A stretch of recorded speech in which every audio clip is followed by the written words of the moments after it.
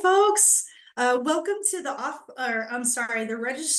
of the Registrar Lunch and Learn session, sponsored by the Cal Poly Parent Advisory Council and hosted by Parent and Family Programs.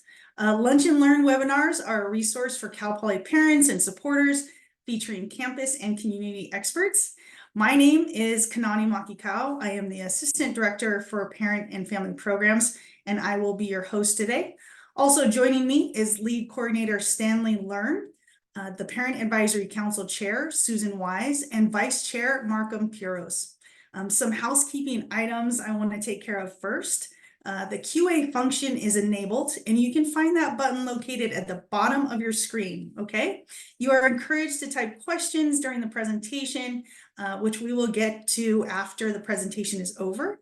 And additionally, this webinar will be recorded today and put on the Parent and Family Programs website. I recommend taking a look at the many resource webinars that we have done in the past. There is a lot of helpful information in there. So today, the Parent and Family Programs team and the Parent Advisory Council are excited to have our valued colleague and Associate Registrar, Daniel Parsons, as our guest presenter. Daniel is the Associate Registrar of Catalog, Curriculum, and Systems Management. He oversees the production of the institutional catalog, procedural and mechanical aspects of the curriculum process, the technical aspects of the degree progress report, degree planner, dashboards, and student records. Daniel has been with Cal Poly for 17 years and has been in the Office of the Registrar for 7 years. So welcome, Daniel. Thank you. You have the floor. All right, thank you, Kanani. Let me go ahead and share my screen.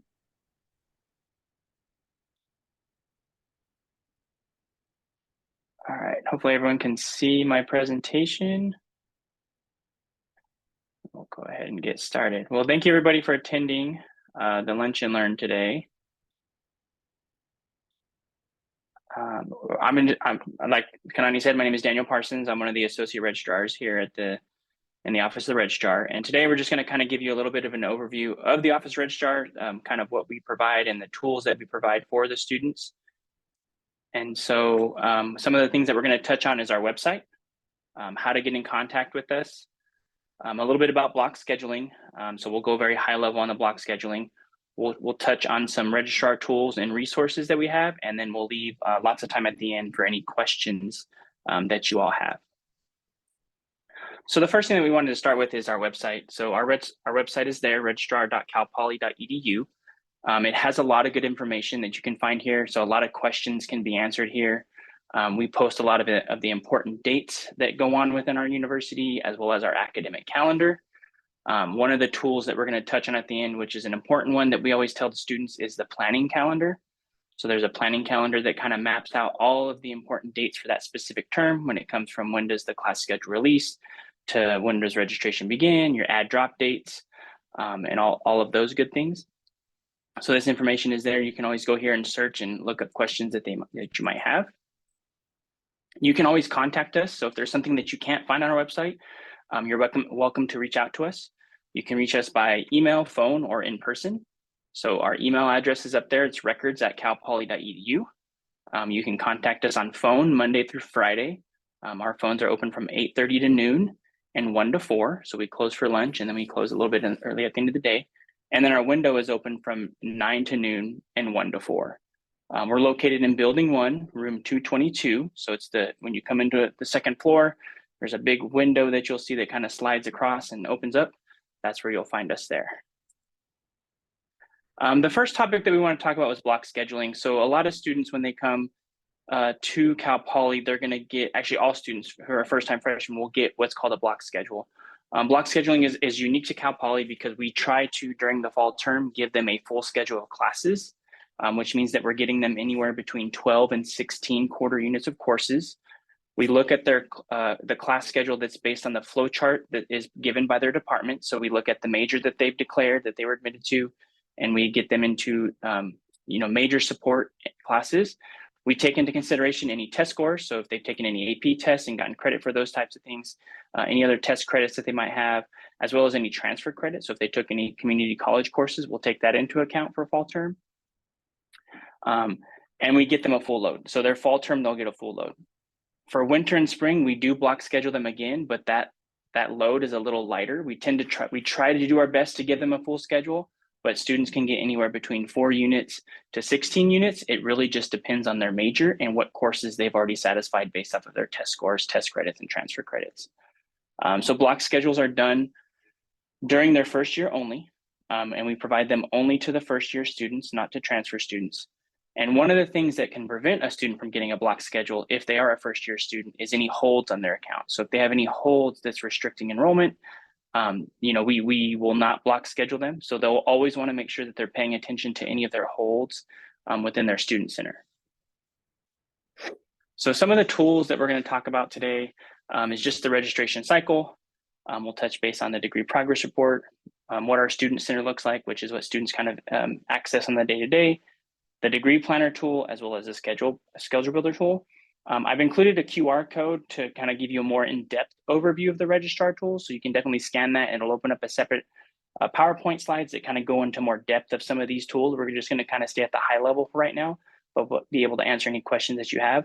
And I'll put this QR code again up at the end so that if you didn't have time to scan it, you can scan it again. So the first thing that we always like to kind of say is we have our registration cycle and each of our tools kind of play with each other. So we always want, for a student to be successful, you want to start with what we call is your DPR, or your degree progress report. Your degree progress report can be found within your student center. And then within your student center, there's a degree planner tool. And then from degree planner, there's also your schedule builder tool, right? So essentially, we want you to go look at what are your requirements. That's what the degree progress report is going to show you. What are all your requirements for your degree? You'll find it, like I said, in your student center. The degree planner allows you to plan those requirements. Hey, I want to take math class this term. I want to take chemistry this term. And then what you're able to do from there is basically take those planned courses and then pull it into Schedule Builder and then be able to build that schedule and enroll in your courses in a timely fashion. So we try to create an ecosystem that kind of makes the process pretty seamless from beginning to end. So the degree progress report is, I want to say, probably like your main tool that students will want to use, because this is going to map out their progress to their degree that's specific to their major. So here you have where they're going to go into their student center and they'll be able to pull up their degree progress report. There's color coding that's on there so that you can kind of see the, satisfied in progress or not satisfied. So it's very clear whether, they've satisfied that requirement or they still need to satisfy it, or if they have a course that they've enrolled in that's going to satisfy that requirement. So the student can go here and basically kind of use this as their checklist to check off every single requirement to make sure that they've have it met. And if they don't have it met, then they're able to kind of go in and see which courses they can take to satisfy that requirement that might be needed. The degree planner tool, like we talked about, basically takes everything that's still outstanding on their degree progress report and allows them to kind of go through and plan the courses. So this gives them the ability to kind of go and say, hey, I have a course requirement that I need to take. So for this example, I need EDES 123. I want to go ahead and plan it. This is an older screenshot, but I'm going to plan it for the summer quarter of 2023. So that then they're able to kind of select when they want to plan it.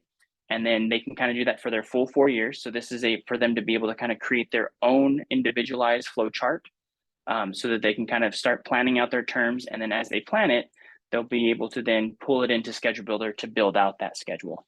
So once the class schedule becomes available, they'll be able to go in, build that schedule, see what sections they want, the times that they want. They can filter out to say, hey, I only want to have, classes between the hours of 8 and noon or on Tuesday, Thursdays.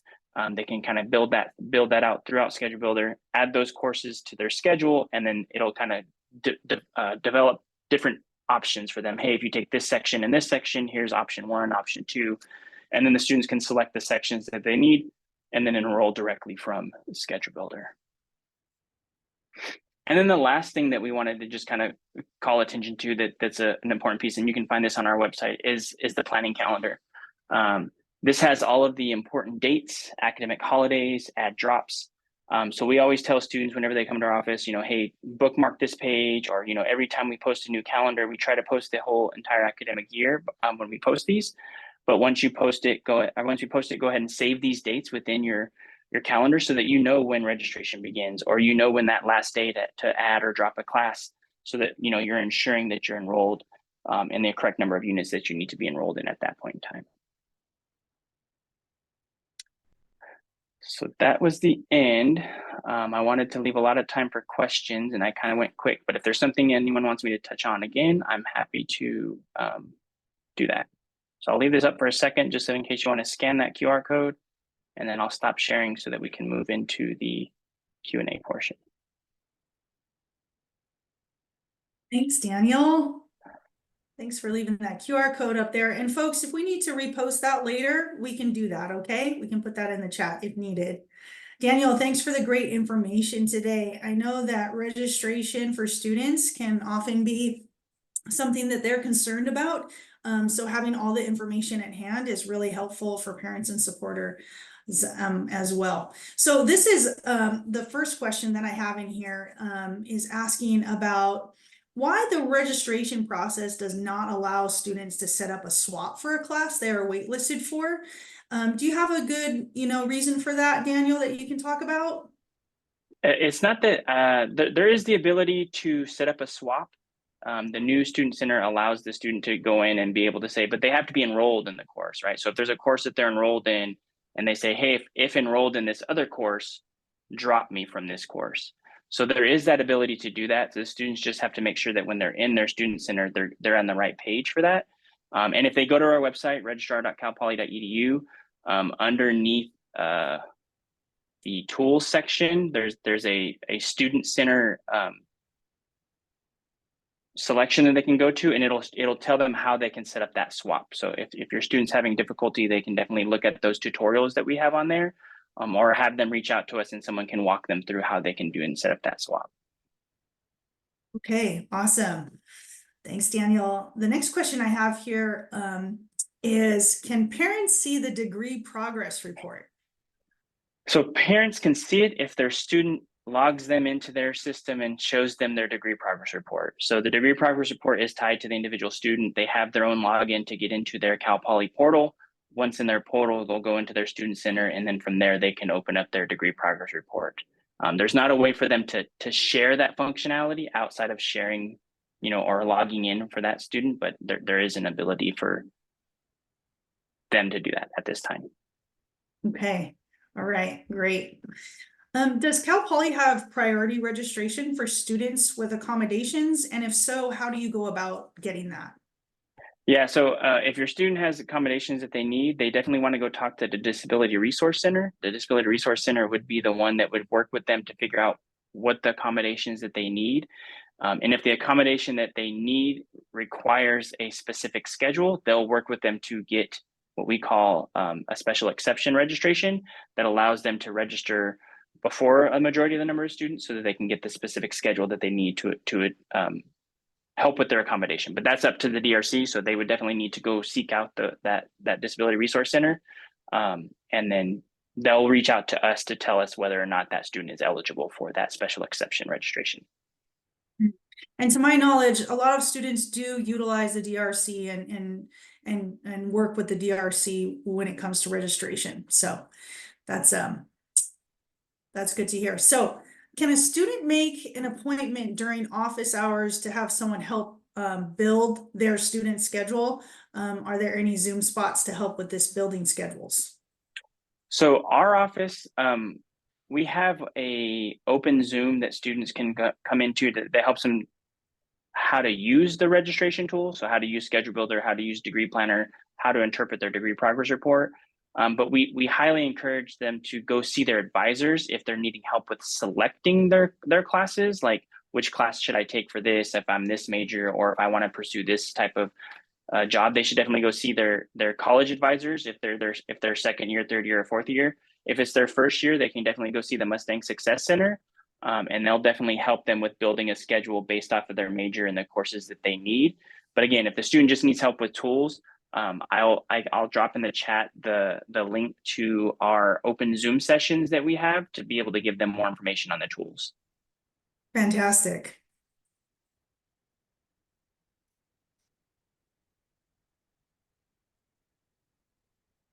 All right, we've got some good questions today, folks. This parent supporter, their student is set to graduate in June. Congratulations. Commencements. Our office does commencement, so we'll see you there. Does she need to apply for graduation? Is there a way to ensure that she is set to graduate other than tracking her progress report and taking any outstanding classes? Students do not need to apply for graduation. So one of the tools that we didn't go over, which is your poly profile, the student can see what we call is their EAP, their expected academic progress. Once they reach an expected academic progress of, I want to say it's a weird percentage. I want to say it's like 72.2% or something like that. Once they hit that percentage, then our office assigns an expected graduation term. So basically we say, hey, you've hit this benchmark, you're within this range now to graduate, and we'll set an expected graduation term for that student. If that expected graduation term works for them, there's nothing that they need to do. If the student decides, hey, I need less time, I'm going to finish sooner than I want, then there's a quick Adobe sign form that they go to our website, they'll fill it out, and we'll adjust their expected grad term to be an earlier term. And then if there's additional time, meaning like, hey, I didn't get this course, I need to have another quarter because that course isn't being offered until fall. There's the same form that they'll need to fill out, and then their advisor just signs off to verify that, yes, that is correct. They do need additional more time. So there's no application to graduate. They just need to pay attention to when their expected graduation term has been set, and then ensuring that that's lining up with when they think they're going to graduate. Great, great. And I can add something too here, folks. Since our office does commencement as well, we get this question a lot. And what Daniel's talking about with the 72.2% completion rate, that's when a student can also participate in the graduation ceremony. So graduating and participating in the ceremony are two different things. And you can walk in the ceremony as soon as you hit 72.2%. So if a student had to complete more classes, let's say next fall, they might already be at that 72%, and they are absolutely more than welcome to participate in spring commencement for this year, if we were talking about this year. So I just want to point that out, that there's a difference between the ceremony and actually graduating. So just let your students know that, please. Okay, Daniel, next question. How often do sophomores that didn't come in with a lot of AP credit have difficulty getting the classes that they need? Do you have any experience with that, Daniel? Sorry, I was copying that link. One more time, what was the question? How often do sophomores?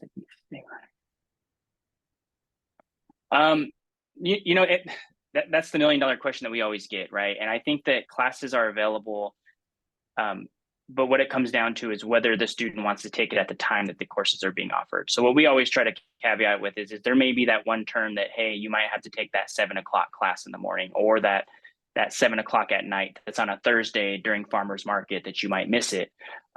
So there are classes out there. I think our advising centers do a really good job of notifying students of open seats in different GE classes and things like that. But that's the one thing with the degree planner tool. If they use it and kind of plan things out, departments use that data of what they're planning out to kind of say, hey, these students, we have X amount of students asking for this many seats for this course. Do we have the resources to possibly offer another section so that we can accommodate this increase in the number of seats that we might need. So that degree planner tool is definitely there so that it feeds some of that, what we call demand data for those departments. But they should always just reach out to their advising centers and or their departments to find out if they are having difficulties getting their classes. Sophomores, I think, do kind of get caught in a weird rut if they don't, if they're not making progress towards their degree, because our enrollment appointments are based on that EAP, that expected academic progress. But there's typically classes out there. They're just not going to be the most desirable times or days. So sometimes it might be on a Friday where they may not want to take a Friday class or things like that. So we always try to tell students to be as flexible as possible if you're in that situation, as it'll kind of allow you to kind of find classes that, keep you moving towards your goal of getting your degree.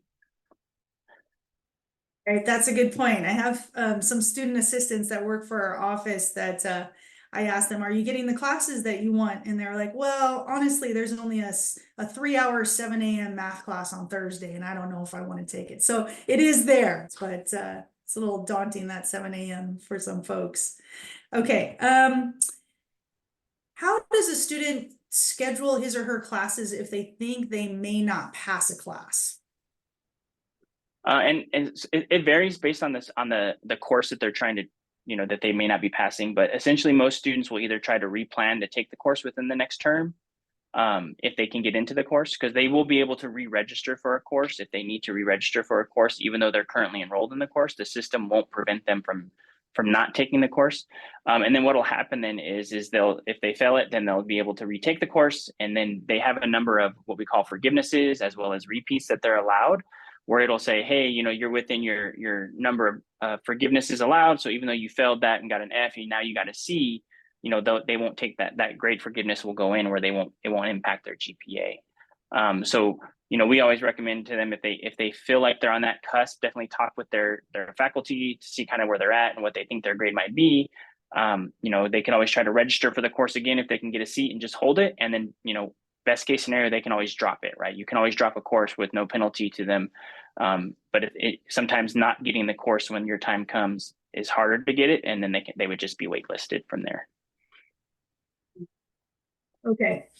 And is there a way to know ahead of time if a class will be asynchronous?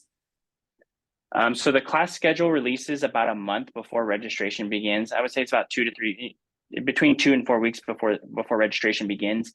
So students can go in and look at that class schedule well in advance, and the class schedule should show how the course is meeting, whether it's in person, whether it's synchronous, whether it's asynchronous, whether it's a hybrid course. All that information is available in the class schedule once it released. I believe the spring class schedule is going to be released, I think, next week. I want to say it's Wednesday or Thursday of next week it'll go out. So as early as next week, students can start looking at spring term, and then registration, I think, begins about 2 or 3 weeks after that. Great. Registration, it's a busy time. Yeah. All right. If my student takes a class during the summer at a junior college that is a prerequisite to another class, that they can schedule the next class before grades get transferred in. So if it's a prerequisite for the next class, they won't be able to register for it because they will hit the registration limit to say, hey, you don't meet requisites, even though they're enrolled in that prior course. But your student can be proactive. They can definitely go talk to the department that's offering the course to see if the instructor would be willing to give them a permission number that would override the requisites, knowing that they're taking the course over the summer. So there wouldn't be a way for them to register for the course without that transfer credit actually having posted as the prerequisite for that course. Wow, you're so knowledgeable. Awesome. Do you see this next question here, Daniel? Maybe I'm not understanding it. How is the transition from quarter to semester, and will it happen when specified? Is there something a first year can do next year and the year after planning classes to help this process? So quarter to semesters is coming. So we are going to transition to semesters. The first semester term will be fall of 2026. And so we are working on a huge communication and implementation plan to ensure that students who are here through the transition are able to transition and still make progress to degree and not be delayed for their degree program. So there's a lot of things going on behind the scenes. So part of my job right now is working with the curriculum. So we're getting all of that transition and working with the faculty and the departments to ensure that, courses that are needed to get a degree for the catalog that they were admitted on, they're able to kind of keep making that progress towards degree. And so what I would maybe suggest for your student is to look at their degree planner, kind of see what their remaining requirements are and where they're going to be, and where, if they planned out, hey, I'm going to take 12 units, or I'm going to take 16 units, or I might do some summer here and there, they can kind of plan out to see where they're going to be with their registration, and if they are going to be here during that cusp, or if they will be here during the transition.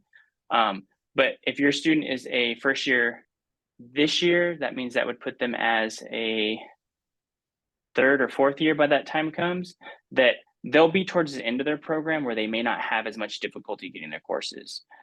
Because a lot of the courses that they're going to need are going to be like their senior project or upper division courses and those types of things that are very major specific.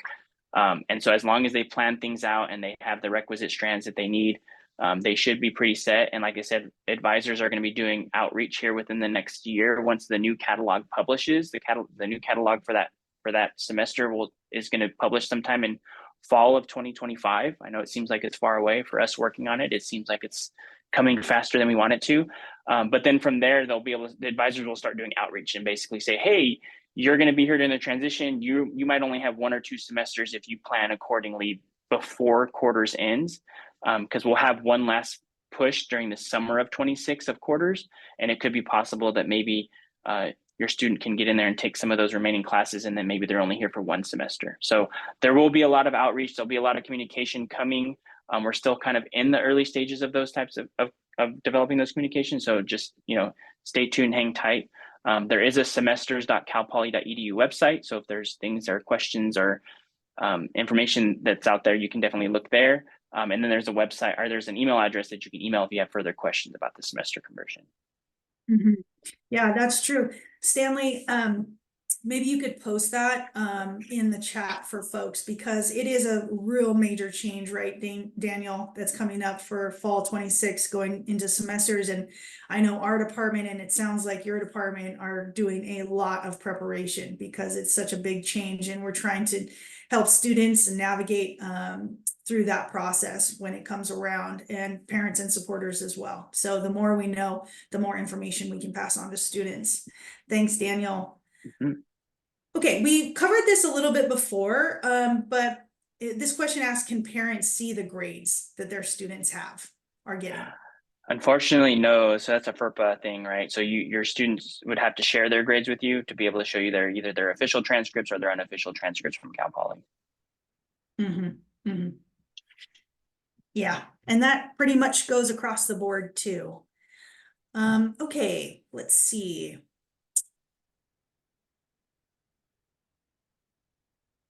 Well, this is a question, this is sort of a general question that maybe me and Daniel can answer. Why has it been taking so long for Cal Poly to transition to semester schedule? It's been announced for so long, and now first years still need to wait until they are seniors to transition. Daniel, do you want to go ahead, or I can jump in there too? You want to start, and I can piggyback. Yeah. Yeah, so what I would say, folks, is that the CSU system quite a while ago asked Cal Poly and other schools that were not on the semester system to transition into semesters from quarters. And that takes a tremendous amount of work. And so we know this has been on our radar, now set for the past 2 years, and we've been working on it since. So it does take quite a bit of time and planning, and we need to do this right as a university to transition our school into semesters. So Daniel, if you just want to. Yeah, no, I think you did great there, and it does take a lot of time. And I think the biggest piece that takes the longest time is the curriculum, because we have to ensure that the curriculum converts, right? Because right now, for example, I always like to use this as my examples. We have a 3-quarter math series, right? Calc 1, Calc 2, Calc 3. We teach that over three quarters. We can't do that anymore. We have to be able to teach that in 2 semesters. So the faculty have to figure out, how do I smush now those 3 courses into 2 courses, and then how many units are those? And then they have to be able to build out their curriculum to ensure that, hey, I'm only doing 120 semester units versus 180 quarter units. So they're having to reduce the number of classes they teach on top of that. So there's a lot that goes into that. And then behind the scenes stuff, there has to be all the systems in place, right? That the student's going to be able to look at their degree progress report and go, oh, but I took, the quarter version of this math class, and so I don't need this semester version of the math class. And so to ensure that all of that's happening. And then we have to make sure that we convert all the units and their GPAs are all still accurate when all of that happens. So there's a lot that goes into planning it. Most universities, I think the last one that went was CSU San Bernardino, and their implementation from beginning to end was 7 years. And so ours is actually, I think we were given a 5-year window, so we got less time than most of the other CSUs. So we are working, hot and heavy to kind of get things converted. And it's not that we're making anybody wait to transition. We just want to make sure that when that student transitions and everyone transitions to semesters, that there's a clear path forward for them to graduate, and that they're not going to hit a bunch of roadblocks when it comes time for them to get their courses or get their progress towards degree. Great. Thanks, Daniel. Did we touch on this earlier? A parent is asking, if a student takes classes at a community college, do only the credits transfer, or do credits and the grades transfer? So both credits and grades. So we bring in everything that they took from a community college, assuming there's a limit. I think we can only take 105 units from a community college. So if a student's approaching that limit, they're already a transfer student and they're trying to take more, they would just have to watch that limit, but it would be grades as well as credits. Okay, great. And then Daniel, I had a question too that I'm pretty interested in. So if a student has some credits from a junior community college, they're coming in and they're trying to check if those credits have transferred and if they're being recognized from Cal Poly, what is that process like?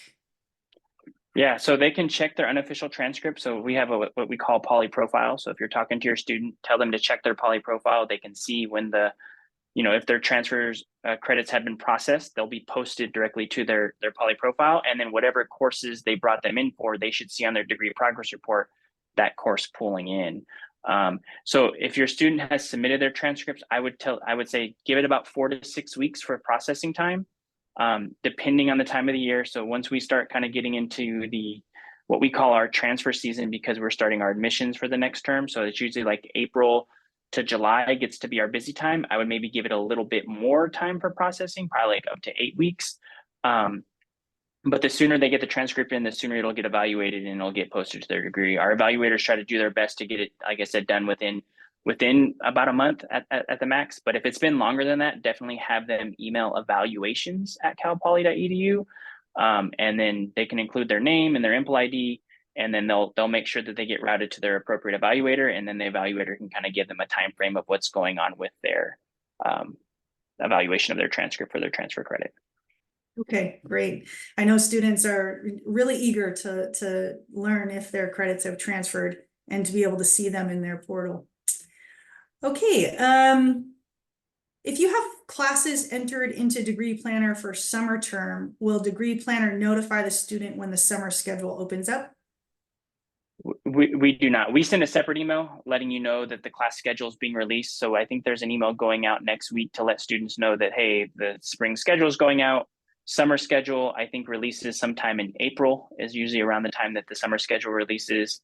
And then the fall schedule releases in May. So we tend to send emails to the students. So we always send it to their Cal Poly email address. So I know they get hit with a lot of emails from a lot of different people on campus. But we try to be strategic on the number of emails we send from the registrar's office. So definitely have them pay attention to those registrar emails, because we do try to give them that information. And then going back to the slides that I was showing, that very last one, the planning calendars will show you when the class schedule is released for every single one of those terms as well. Fantastic. Something that I heard that one of our students does that works for us when it comes to messaging from the registrar, they actually have a rule written in their Outlook email where those will be highlighted when they come into the inbox so that they don't miss any, since it's such an important time for students registration and knowing those things. So that can be a small thing that a student does in order to make sure, like you said, Daniel, they get a lot of emails. So just highlighting the ones that come in from the registrar's office tends to work out well for some of our students. Okay, this one says, do counselors go over maybe grades? Do counselors go over the degree plan with the students in terms of how many credits left to graduate?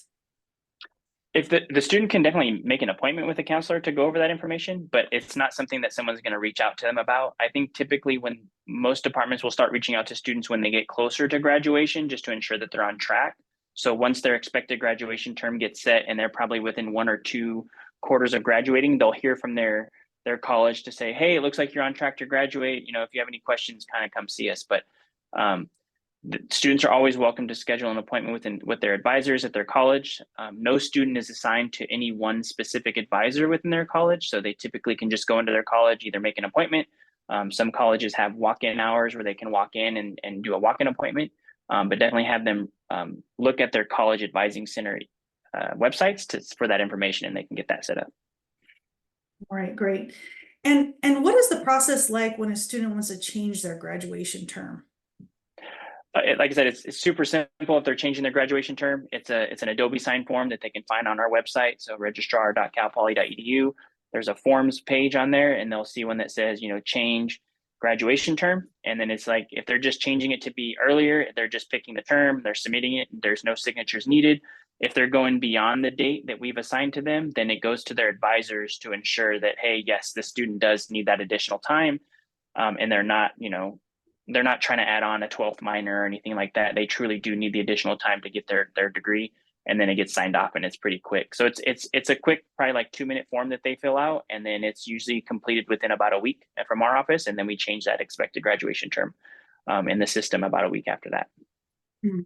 Fantastic. And just to point out again, folks, when a student changes their graduation term and they're at 72.2%, no matter what they change their graduation term, they can still walk in the spring. So they can walk in the ceremony during the spring, no matter what their graduation term says. So if you have a graduation term of like, say, fall 27, but you're at 72.2%, by the time the spring quarter of 2027, you can walk in that ceremony. I hope that makes sense. Okay, Daniel, as we get to the end of our time here, I just wanted to ask you if you have any recommendations for parents and supporters, like the best way to support their student if the student is going through registration, maybe for the first time or having any difficulties. Is there things you might suggest to parents and supporters that they can ask their student to do? Yeah, I mean, if they have questions about registration system, and I think that's what's hard is that, one of the things that we do, which is we help students, right, get them off on a running start, is that we do the block scheduling for them. But then what that takes away is the ability for them to register themselves during that first year. And so when second year comes, they kind of go into a little bit of a panic of like, how do I register? What do I need to do? How do these tools work? So one thing that I would definitely suggest is like tell your students to start looking at our website sooner rather than later, especially if they're in their first year, because there's a lot of good information out there. And then, like I said, there's those Office of the Registrar virtual appointments that I put out there. They can always reach out to someone there, and they can go over all of the registrar tools that we have, any questions that they have about those things. Because the more that they're kind of in there and playing with it now, the easier it'll be for them when it does come time to register, when they need to do that time. Because once they'll all get their own registration appointment. But I know once they get in there, they want to get the classes that they need, and the more time that they prepped ahead of time, the faster they'll get enrolled in their classes and be able to get the classes and sections and times that they want. So definitely look at our website, a lot of good resources, schedule an appointment with one of our staff in our office, and we'd be happy to go over any of those tools that we have in our office. Fantastic. I want to thank our presenter, Daniel Parsons, for taking the time to present for parents and supporters today. The Office of the Registrar contact information is going to be posted. I also want to thank you, parents and supporters, for joining us today. The Lunch and Learn webinar series created by the Parent Advisory Council is a great way to stay connected to campus and receive up-to-date information directly from campus experts like Daniel. Stanley has also put all the contact information for parent and family programs there in the chat. So please feel free to reach out to either of our departments with any questions in the future. And as always, have a great day, folks. Thanks so much for joining us. Bye-bye.